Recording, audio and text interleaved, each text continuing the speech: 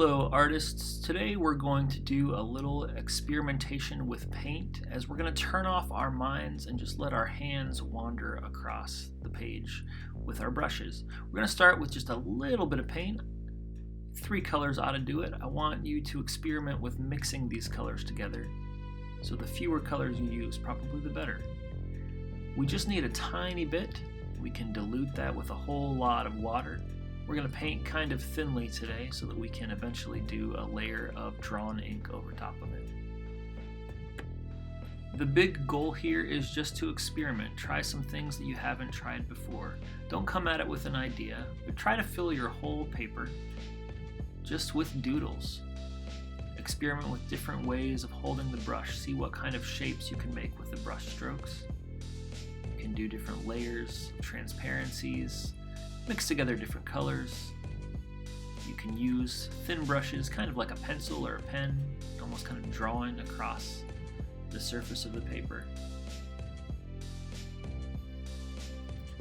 You can also do some kind of like big blendy areas like this one. I thought I'd be kind of inspired by a flame, so I'm mixing together a bunch of warm colors in sort of a firework shape. Here I wanted to do a lot of transparent layers where I can see the different shapes peeking through behind. Here I'm back to my drawing technique, and it probably goes without saying, but you don't have to make yours look anything like mine. The big takeaway that I'm trying to show here is just that you should keep your hands busy and not overthink it. So do I have any idea what I'm going to do next? I don't. I'm just playing. Now I'm adding some water to that area. I added one kind of big empty area because everything else was really busy.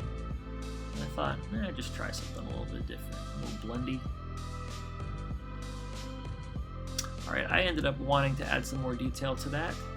I like how this area looks kind of like washed out and streaky. I wanted to put some kind of pattern over top of that. Again, you don't have to do this. But what you do have to do is just get experimental. Try some things. Let your curiosity guide you. I wonder what would happen if... ...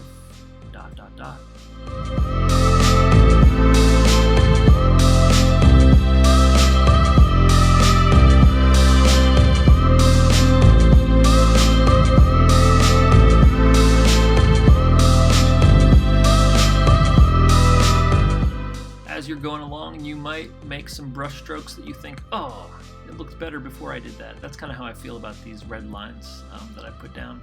But you know what? That's okay too. We're experimenting. We're not necessarily trying to make a masterpiece. We're just trying to have a good experience with painting. All right, now we're going to take 10 minutes and let it dry. I came back at this with a Micron pen. I thought it'd be kind of interesting to contrast some sharp, thin little outlines with all of those big streaky paintbrushed areas. So I started to make kind of like a radial design, and then I did some cross-hatching. You don't have to do this, but you can.